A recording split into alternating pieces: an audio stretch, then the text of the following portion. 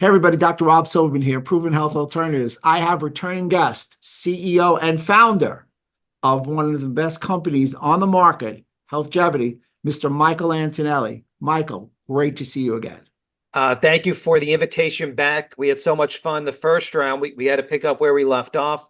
Love being here, love your community, and excited for the next hour that we have together. Without question, everybody was asking me these questions. And here is the question. This is the overriding theme. They want to hear it again.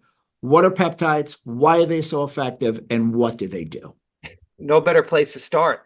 So peptides generally are anywhere from 2 to 40 strings of amino acids. They are signalers, even on the DNA level, on the cellular level. They are signalers. They are crossing guards. They're activators.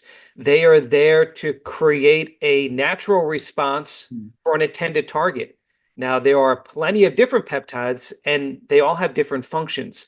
So we're able to personalize the peptide regimen based on your goals and or health concerns. So to recap, peptides are short chain of amino acids. They are bioactive. They're less than 40 amino acids because amino acids over 40 would be a protein.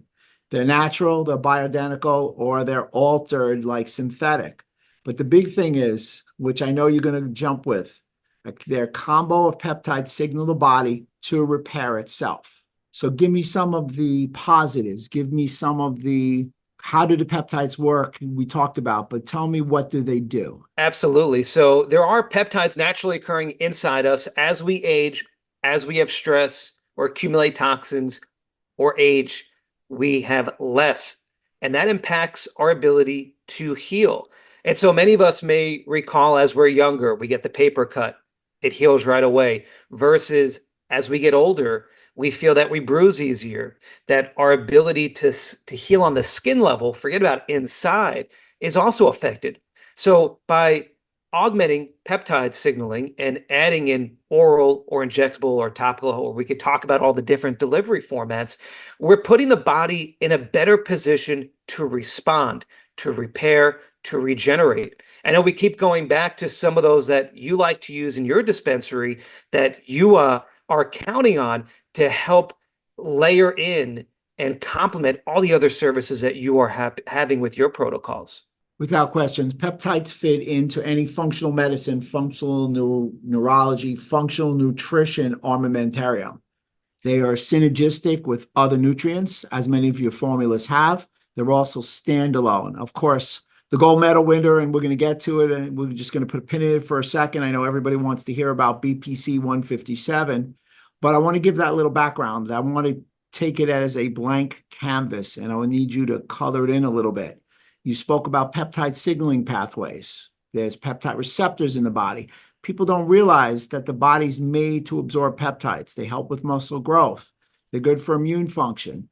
They improve athletic performance. They're great for weight loss and metabolic boost. I mean, my God, everybody's talking about Ozempic and GLP-1, 1R receptors. Why are we also talking about peptides? They help with the reversal of aging effects. They are a nutrient that, without question, should be on everybody's ticket for longevity. And some of the emerging trends that, if you want to piggyback on in peptide therapy, neurodegenerative disease, and cognitive function, I think those are great things. Hopefully I set the table for you just to dunk the basketball. Absolutely. And what we're seeing through our global collaborators, right? We are aligning with research institutions all over the world that are putting a lot of investment, a lot of resources in peptide identification and discovery, but also in multiple human studies to get a better understanding on not only which peptides do what, but at what dose and at what delivery system, and are there potential additional ingredients that will complement its ability to help the body more quicker and more efficiently. And so this is what has us so excited when we talk offline about the potentials and also how it's translating into real world observations when you layer in certain peptides into everything else we're already doing, and its ability to help speed up repair, speed up regeneration, whether it's weight loss optimization as you hit, muscle enhancement. But now we're also seeing things like stress, cortisol, also being in here with the neuroprotective and brain properties. So there is a lot of excitement underway for really good reason about what peptides mean short and long term for all our health. Wow. So when we're talking about things that help the absorption, that's a key critical element. I mean, you and I were talking, like you said, off camera yesterday about a patient that was concerned about the absorbability. And you've gotten around that. One, peptides itself, especially these oral peptides, are extremely absorbable. But you use a specific adjuvant called SNAC. I call it SNAC without the K. Do you want to explain and give a little color commentary to that? Because that's really exciting for me to share with all the followers. Yeah, I would love to. Thanks for setting it up, because we look at some of the knocks on some of the peptides, or a lot of the peptides, that they are destroyed or degraded before they get to where they need one taken orally. A lot of peptides do need to be injected, but we are helping through our alignment and through our collaborations on the research side, identifying peptides that are able to be delivered orally. And for those additional peptides, things like BPC-157, the thymic peptides, KPV, the antimicrobial peptide, there's some additional steps we can take in helping protect the peptide to withstand different levels of pHs in the body. So SNAC is the abbreviation of saccharobrazate sodium. And when used in low levels, it creates almost like a liposomal protective shield around the peptide. This helps safeguard it to help it deliver to where the body needs it most. Now, for those that may be hearing about Ozempic not needing to be an injectable anymore and hearing about some of the oral options on the prescription side, they also are turning to SNAC or saccharobrazate sodium to enhance the survival of those peptides in an oral delivery system. So what we've put on the market, we're not the only ones out there, but it is an expensive delivery mechanism that many are ignoring, although they're aware of it. We feel it's helping put the patient's outcome or the listener's outcome in the better position to make sure we know when you're taking a longevity supplement, and if there's better ways to deliver those peptides, we are going to make sure we do that. Outstanding. Without question, everybody knows that I work with you and I use a lot of the peptides. No problem in that disclosure. But here's the number one question, Michael. Buckle in. Everybody says oral versus injectable. I mean, the injectable has to be more absorbable, correct? Yeah, in Double some question cases, mark. in some cases it is, right? And we've talked about that when we talk about the growth hormone peptides. In certain cases, they need to be injected in order to be administered to get to the end result we want. But not all the cases. So there are peptides that are as effective as injectable, one delivered orally, especially when we look at the gut. And so things like BPC-157, even when compounding pharmacies were offering this, they were offering multiple delivery systems because of that. So it's not like we, reinvented the wheel. We are just taking existing innovations and enhancing delivery mechanisms. So we're taking that 15 amino acid chain BPC-157 in the arginate form, which already is better absorbed as an oral delivery. We're adding in 3 milligrams of saccharobrazate sodium as that buffer, and we are seeing incredible results, not only in the gut, but also in the musculoskeletal standpoint, that we have doctors that, had to turn to ours because they had some patients that didn't want to inject for whatever reason. And they're seeing equal outcomes when we think about this oral versus injectable conversation. And so the peptides that we've brought to market that we are offering have shown through even multiple human studies published an advantage when delivering these peptides orally. Great. So to recap, for me, some of the benefits of oral peptide administration, putting together what you said, enhance patient compliance. And speaking as a practitioner, patient compliance is the critical first step to overall optimization and success with the patient. Reduced risk of side effects, improve bioavailability, especially if you're using something like a snack, and last, enhance convenience because it's right there in the healthcare facility. You don't have to go to somebody who can inject. You don't have to go through all that. So I think there are tremendous benefits to oral peptide administration. That being said, we've mentioned BPC-157, the gold medal winner, the Wolverine supplement. Tell us what it is and tell us all the good stuff that it does and tell us where we can get it. Absolutely. And if you're just checking out this one, I would also have people listen to our first podcast together. That was another great conversation. BPC-157, discovered in 1993. It is 15 amino acids, naturally occurring in gastric juice. No, this is not a gastric juice derivative. This is a natural fermentation mimetic of what's found in our bodies. And so this particular amino acid works systemically. I like to say it's the Roomba vacuum. So if you know about that robot vacuum that searches around the floor for things to pick up, but if there's nothing to pick up, it continues to move around for places to help, clean up and keep the place tidy. That's what this peptide's doing in the body. And so we are seeing incredible response to speed up healing, to facilitate more efficient healing, quicker and longer term. So a lot of our doctors use this, especially early on in a patient's journey, not only to help, alleviate leaky gut symptoms. We see, the body respond to pain and inflammation more efficiently. We also see the brain-gut connection be supported. We see it support nitric oxide, immune response. And this is why it fits into so many protocols, so many health goals. This is literally the Swiss Army knife of peptide therapy. Yes. And I know you've had some incredible responses on a clinical level using this peptide. And that's always great to hear the amazing testimonies that we get every day about what this peptide's doing in patient care.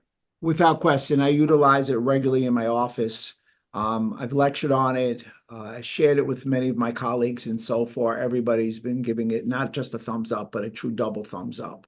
So to recap what you said about BPC-157, body protection compound, clinical applications include what I found: IBS, IBD, leaky gut, brain, long COVID, repairing tissues like tendons, ligaments within the bones. So any kind of chiropractic, orthopedic type of practitioner should use this. There's some tremendous neuroprotective effects. There's some new data that's talking about it regulating blood pressure. And believe it or not, yes, it can be taken orally because its ability to withstand stomach acidity. And of course, I am a gut guy, so the fact that it helps with the gut, which I've said many times, the gut is the epicenter of your health. 80% of your immune cells are in your gut. How can you not move forward? So the real question on the BPC is human trials. So we know that there were a tremendous amount of animal studies. Dr. Andrew Huberman talked about that. And my interpretation of everything he said about it has been positive. I don't know where that idea went awry, but it's been positive. Watch his podcasts. He's a leader. That said, once again, let's talk about some of the newer articles and newer data in reference to humans. Yeah, and this is the big knock on some peptides is the lack of human studies. And because some of these are not able to be patentable anymore, a lot of companies don't want to invest in what it takes to do human trials. To date, there's one human trial published on BPC-157 through a great endocrinologist out of Florida, Dr. Edwin Lee, who is utilizing our peptides in his practice, including BPC-157. And I think it's important to see, while he's using a combination, one available of injectable BPC, both localized in the joint, he's also counting and leveraging oral BPC to hit on it on a different angle. And so we hope that more studies will become available, but this is one where if you start looking at the N of one, right, the personal feedback that people are talking about, it's been to the levels where it can't be ignored anymore. So yeah, it's not a formalized double-blind placebo-controlled trial, but this is one that when we think about the millions of people all over the world that have turned to BPC-157 and had a positive experience and a safe experience, which I think is also really important to highlight. This is one, regardless of where you are in your wellness journey, that you can lean into and pulse into your protocol. So Dr. Edwin Lee, he was on the Dr. Mark Hyman podcast. We'll put those in the show notes. He did a wonderful job, great reference, forerunner in peptide therapy. So again, to wrap it up in a nice typo, peptides target specific cellular processes. They augment hormone production. They enhance muscle growth and recovery. They improve energy metabolism. This is generic. They accelerate tissue repair. They support neuroplasticity. Essentially, what you said was the efficacy of peptide therapy lies in the ability to mimic action of naturally occurring peptides, influencing a wide variety of physiological functions, which are critical to health that we've seen in practitioners' office. So take the baton now, KPV, the new peptide that everybody's talking about, working in conjunction with BPC. Yeah, and thank you for going a little bit deeper. You, as a leading frontline expert in the practitioner world, are able to say some of these things that us on the product-driven side cannot. We have to be cautious with some of the claims we make, but you did a great job going a little bit deeper into that BPC-157. Now, KPV, also known as the antimicrobial peptide, this has been one that really stands out when we think about elevations of candida or the presence of SIBO, or even elevations of pain both in the gut and on the joint level.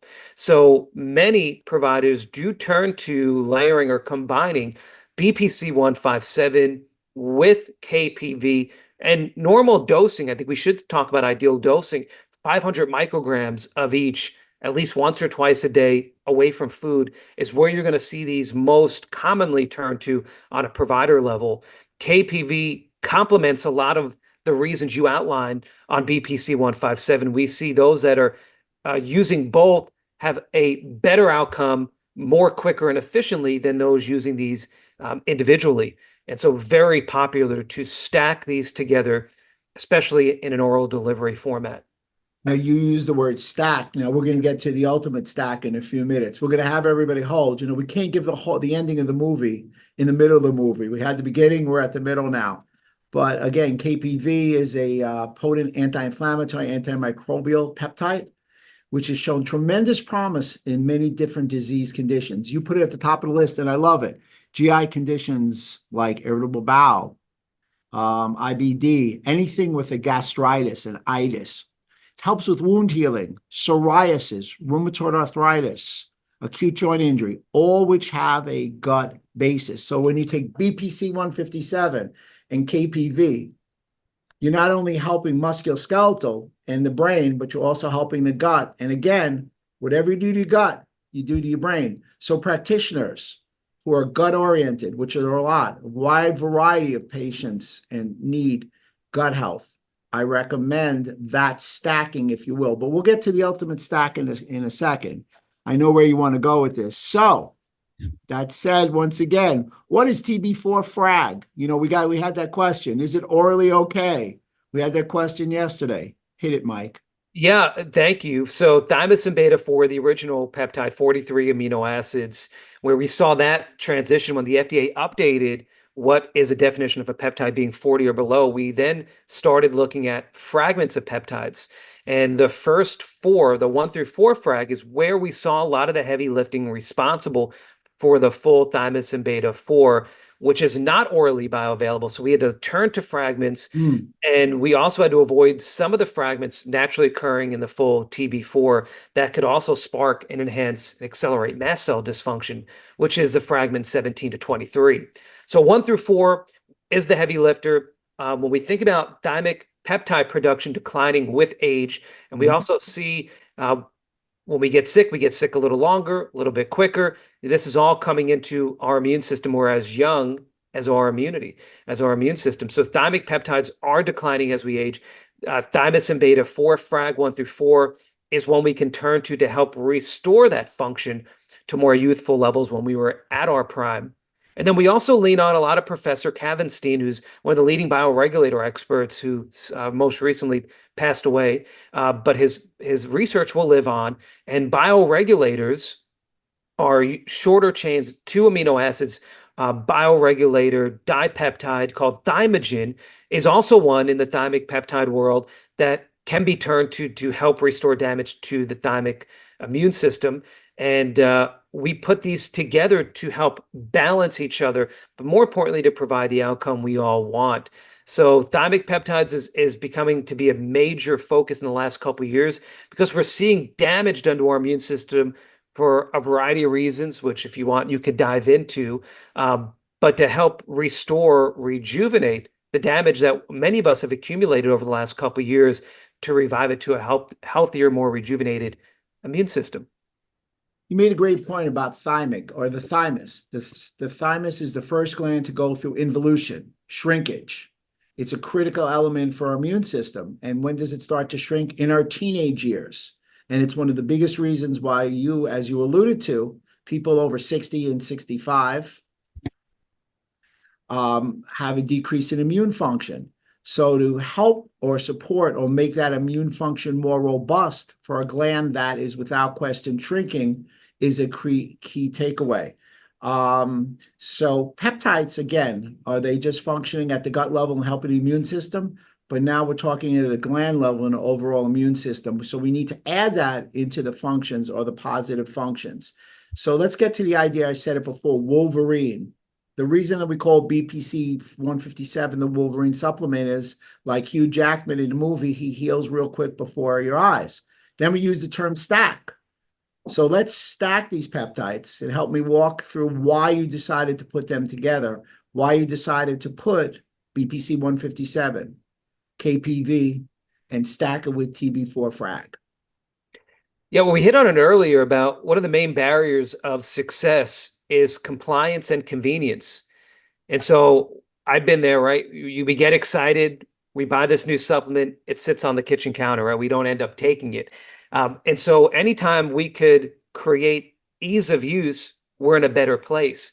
But we also see a therapeutic advantage and a synergistic advantage when stacking certain nutrients, bioactive proteins, or peptides.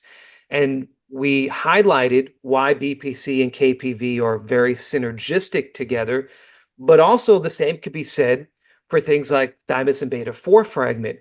And we look at these really coming together and casting this wide net. So when we think about reviving damage done to our gut, reviving damage and regenerating damage to the thymus, this starts really creating lasting change in our bodies to help us step up and achieve the health goals that we've seeked out, or help repair the damage so our bodies are in a better position to go to the next stage of the protocol or program that healthcare providers like you are outlining and creating for your patients. Outstanding. You know, there's something that I did want to talk about. Obviously, we always talk about on the podcast inflammation, and we all know that we want to manage and modulate inflammation. Over 20 years ago, Time magazine had a story about inflammation. We now call it inflammaging. That said, one of the best added nutrients is something called PEA. It's in the cannabinoid system. It's anti-inflammatory. I noticed that you've added it in many of your formulas. Do you want to go through some of the Nobel Prize winning history on that? Yeah, I love PEA. It's really not as popular here in the US as it should be. When you go to places like Europe and Australia, it is definitely far more common. It is a lipid resolving mediator, and what we see is that it helps create resolution of this low-grade inflammation. When we think about what our bodies are creating, PEA in response to pain and inflammation, by augmenting its production, we're now more efficiently responding to the insult or this long-lasting issue in the body. So PEA, especially as a micronized standpoint, at least 500 milligrams, are really nice doses where we start seeing pain, inflammation, brain health. We already hit on that. It's in a cannabinoid family. It is a great adjunctive addition to a supportive cast to layer in what the peptides are already doing. So we do layer in the PEA with things like KPV and BPC-157. One little add-on there, if I can piggyback on what you said. PEA is produced naturally in every cell of the body in a biological response to inflammatory markers. Everybody knows that I love pro-resolving mediators because they allow for the resolution of inflammation. If they are one, PEA, which, you know, for a free dinner you can try and pronounce, because I'm out on that, is with an unequivocal 1A. There are three nutrients that have receptors in every part of your body: vitamin D, omega-3s, and PEA. So it's a great add and a great adjuvant to a lot of things that you're doing. You know, muscle mass is the longevity organ. Gabrielle Alliance has said that. I call it the currency of longevity. There are peptides that are hydrolyzed from fava bean proteins. They're called peptiStrong. Can you give us a little background on that? Because I'm most excited about that because I want an option to TRT as a male, and I want an option to help women also maintain muscularity. Yeah, this is where we get even more exciting, where we think about the future of peptide discovery. I read about this emerging company at the time, based in Ireland, that is the first AI device, right? Artificial intelligence that's leveraging their computer programs to analyze and identify peptides naturally occurring in nature. And as of today, they've cataloged over 8 million peptides. And this is really where the future is going.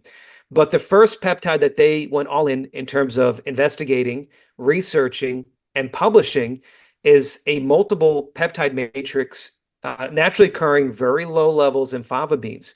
We are now referring to this peptide as peptiStrong. peptiStrong now has 3 human studies published, and it fits major buckets. So when we think about those listening that you're concerned about sarcopenia, right? Age-related muscle loss. We then look at immune-related muscle loss that's far too prevalent than it should be. Then to some of the prescription issues with muscle mass, things like the GLP-1s, things like statins. Then there's another bucket to your weekend warrior, to your seasoned athlete that is also looking at skeletal muscle and bone density. And these change as we age and as hormonal changes are settling in. So what was really unique about this peptide, and some of the studies that they looked at was head-to-head with milk-based peptides. We saw that this plant-based peptide outperformed milk-based peptides fourfold in activating muscle protein synthesis. We also see it very meaningful in supporting fast and slow twitch muscle fibers. We also see and showed in these studies that it supports exercise-induced inflammation. And the last study that's pending publication, so we can't talk too much about it, we saw it be very meaningful at supporting bone density in less than 2 months. So these peptides are incredible at activating our machinery to preserve muscle mass. And we also see it very meaningful at taking dietary protein intake and helping it carry it or get it to where it's intended, which is the muscle. Outstanding. You know, the peptiStrong, just to piggyback on the fast twitch fibers, that's what we lose as we age. So for me, it's a natural muscle builder. 5 clinical benefits. I'm going to put some numbers to some of the words you just said. 4 times the increase in protein synthesis compared to whey protein. 4 times. 54% prevention loss of lean mass. 47% decrease in fatigue. 54% increase in performance. And check these numbers out. 103% versus 68% recovery of strength compared to whey. Recovery of strength. And 144% increase in reference to placebo.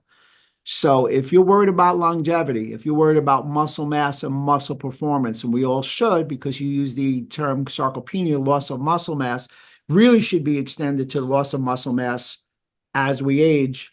We start losing muscle mass at age 40, we get to 70, and we are, 40% loss of muscle mass at age 70. peptiStrong is a great choice. Now, let's take it to the next step. I need to put together a formula. My patient base is 45 to 60. Their number one concern is longevity.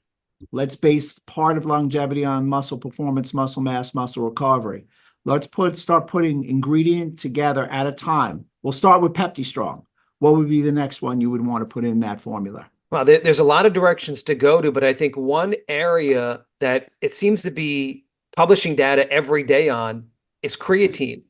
And I think creatine, especially the last couple of years, has assumed a different identity. It's not just for the bodybuilders. We're seeing major geroprotection and longevity data being published on creatine. So it's much more than muscle health. We're talking about brain health and far more. That would be here at 5 grams would be a second supportive nutrient to add to peptiStrong. Without question, creatine. As everybody knows, I wrote my master's in human nutrition on creatine. That was 25 years ago. 5 grams, there's no need to load. The data doesn't indicate the load. You do not have to take it with sugar. You will not have any gastrointestinal upset. You will not tear any tendons. It's also great for the brain because it's good for short and long-term amnesia. So not only is it good for muscle recovery, it's great for brain recovery. So what would you add? You got your peptiStrong, you got your creatine. Give me your bona fide, action-packed muscle performance next ingredient. Yeah, I think another area that can't be ignored in the literature is leucine. And I think 3 grams of leucine is where you really tap into the benefits when we think about complementing the muscle protein synthesis we just outlined with PeptiStrong, preserving your muscles, supporting recovery and stamina of the muscle. And we even see some data with fat loss and blood sugar regulation with leucine, especially at the 3 grams. Leucine is a branched chain amino acid. It is the gold medal winner. Studies have shown that if we can compare animal protein to plant protein, animal protein is much more efficient at grip strength, power than plant protein. However, if you add leucine as a signaler, there's no statistical difference. That's how potent leucine is as a signaler. Dr. Mark Hyman said that turning on the health signals is the first step towards longevity. Leucine may fall into that category. What else would you add? We've got peptiStrong, we've got creatine, we've got leucine. Come on, man, I want to get my pump. What do you got next? I think it's hard not to mention glutamine, where we already hit on muscle recovery, but on an immune function and gut health and protein synthesis, this is another supportive amino acid that makes sense in combination of the ingredients we just spoke about. I think glutamine is a really special nutrient. Glutamine, I love it. The most abundant amino acid in the body, great for overall intestinal gut health. 5 grams of glutamine is a good way to start recovery from muscle exercise and help you with muscle hypertrophy. So last thing, what do you close it off with? Another ingredient that continues to explode in the longevity literature is taurine. So this is one I think we're starting to see a greater level of appreciation for taurine for neural protection. And when we add it in with things like the creatine, I think that's another amino acid that should be part of your daily regimen. Yeah, taurine's great because it decreases neural excitotoxicity. Great thing, closes synaptic cleft. It also helps with the gut because it increases bile flow.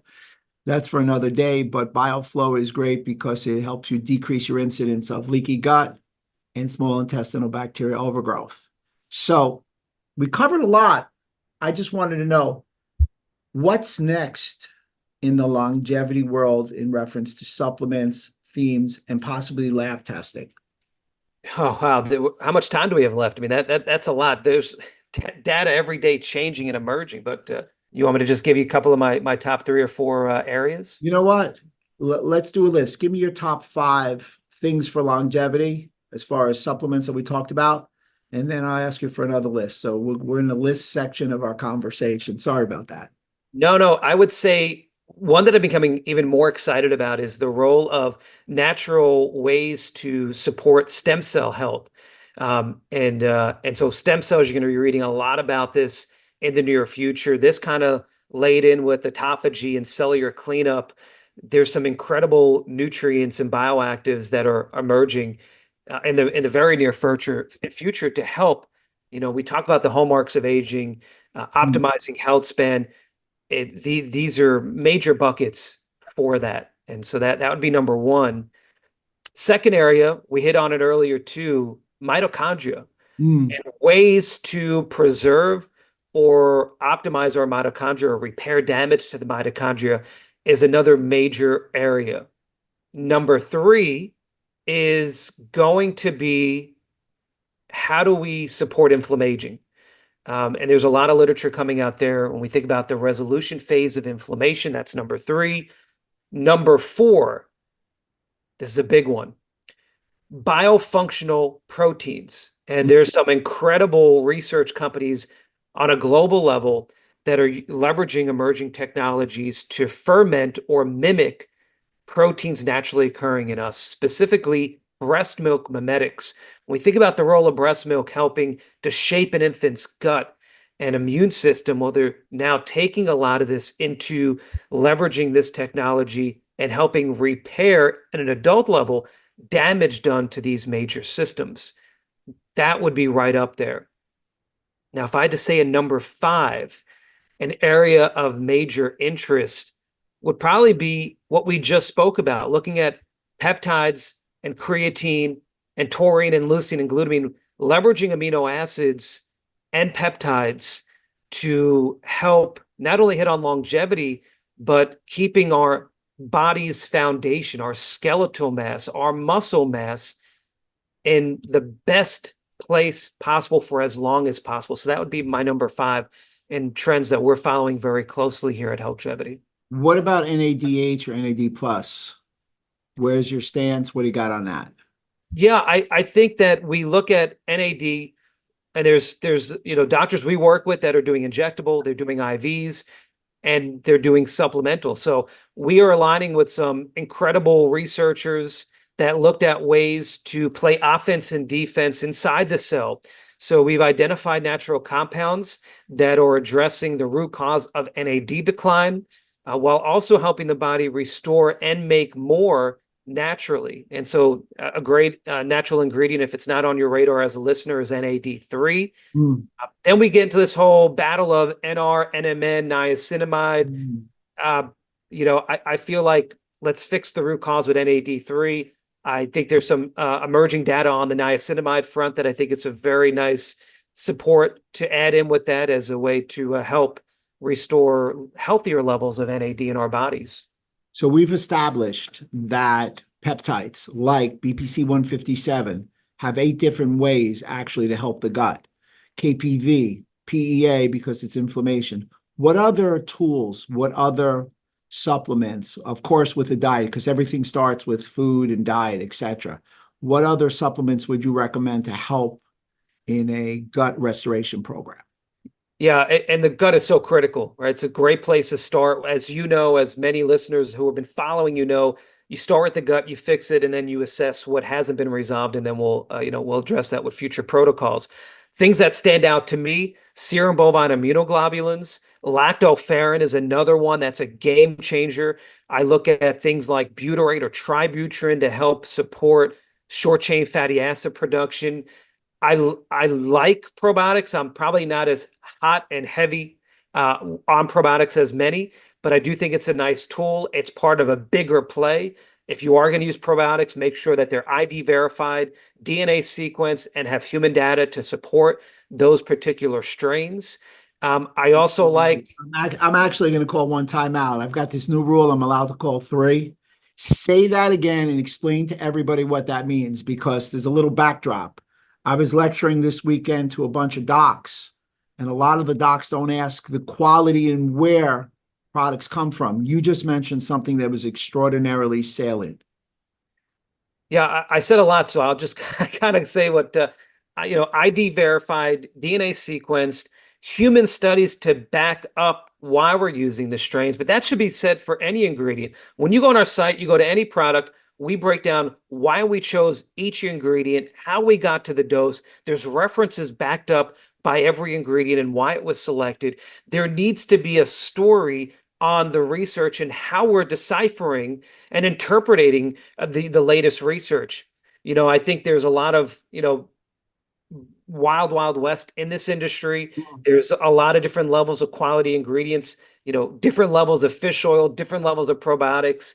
Any vitamin you can order, and get a raw material that is tenfold in price difference from all these different sources. So you need to make sure that you're aligning with the right brand that's investing at multiple points, but creating a supply chain with like-minded partners, because it takes a group. Like, we aren't masters in manufacturing, but we have people on our team that are. We are looking at sourcing trademarked ingredients whenever possible. And we're not doing proprietary blends. We want truth in labeling. So when you take that Healthgevity formula, you're seeing exactly what we're using of every ingredient at the right amounts, so you can backtrack it into the data that was inspired and influential in the creation of the product. So let's do some rapid fire. I noticed you said you're not robust on probiotics. Neither am I. Pre plus probiotics good? Absolutely. And we'll take it one step further, right? The prebiotics, probiotics, postbiotics. You're really helping create lasting change in the gut. And these all have different roles and responsibilities. So I think there's some companies out there, they're going very heavy all in on probiotics. They're putting multiple strains, not ID verified, at random levels. They're just going all under the kitchen sink and seeing what provides a response, if any. But we feel that it's a far more diverse and complicated approach to gut dysfunction. I know we align in our vision there, and that's why you're seeing these multiple ingredients stacked together at the right doses to create a wide net in the body to get the outcome we all sign up for. Omega-3 fatty acids, what's your favorite form? That's a big question. Yeah, I think, triglycerides are the ones that many are going to. You're going to pay. You pay for what you get. But triglycerides are, I feel, a superior form. Over cod liver oil? I get that question all the time, and I'm with you. So I'm going to state, if you're going to go buy, you want a triglyceride form, I prefer line caught versus net caught, which means individual, etc. My preference is salmon over sardines. I happen to be sensitive to sardines, even though I absolutely positively think they taste horrifically, though they're quite healthy. So what about cod liver oil? It's a question we get asked all the time. Yeah, I think if we're talking about 40 years ago, cod liver was the option, right? But technologies have come such a long way that there's some incredible refineries out there that are doing some high level, high quality ability to then megadose and create this high level, right, of EPA, DHA, DPA. Omega 3s are incredible. Then we start looking at the ways of delivering specialized pro-resolving mediators. So I just think that there's some better alternatives to tap into if you're looking for omega-3 supplementation. So if we could give a synopsis of what we talked about, because I've noticed I've got a lot of feedback on the podcast. People really like the shorter versions. We're about 45 minutes, and they want the implementable, digestible steps. Give them 3 things that they need to implement on Monday morning based on the science you just talked about. Number 1, regardless of where you are in your health journey, BPC-157 is a peptide that you can tap into and count on to do some incredible repair, regeneration support in the body. So whether it's day 1 of your wellness journey or your year 3 and you're maintaining your great health, absolutely try at least 30 days of BPC-157. 30 to 90 days is where we see the sweet spot. That would be number 1. Number 2, when we think about the quality of muscle mass and what it means, right, as one of the major biomarkers of how well or how poor you're aging, tap into anabolic peptides like peptiStrong and see how your body not only feels in between workouts, the quality of workouts you're getting, just to support your skeletal muscle and bone density at ways you haven't yet. That would be number 2. And number 3, we got to go back to the gut. I mean, that's been, I think, an area of interest for both of us.